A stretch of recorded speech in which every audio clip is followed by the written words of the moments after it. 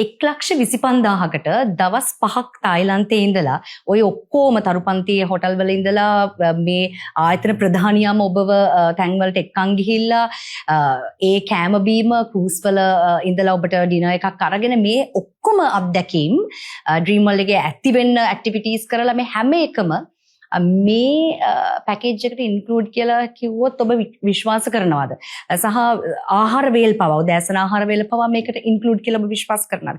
ඉතින් ඔබට මේක හරිම විශේෂ අවස්ථාවක්. මේක මම දැක්ක ගමන් මේක ගැන කමින් මට දැනුවත් කර ගමන් මම කිව්වා ඇයි එච්චර එහෙම කරන්නේ? එහෙම වෙනවද? එහෙම කරන්න පුළුවන්ද කියන එක තමයි මගේ ඔළුවට ආවේ. සහ ඔබට හිතනවා නම් මේ අපේ යාළුවෝ සෙට් එකට විතරක් තායිලන්ත යන්න තිබ්බනම් මරු නේද කියලා. ගොඩාක් සංචාරවලදී ඔබට මේ ඔබ නොදන්න පිරිස් ගොඩාක් ඔබට එකතු වෙනවා. එතකොට ඔබට සමහරලාට සංචාරය අපහසු වෙන්න පුළුවන්.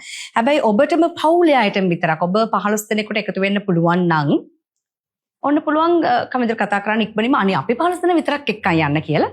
ඔබට පුළුවන් මේ සංචාරය ඉක්මනින්ම සංවිධානය කරන්න.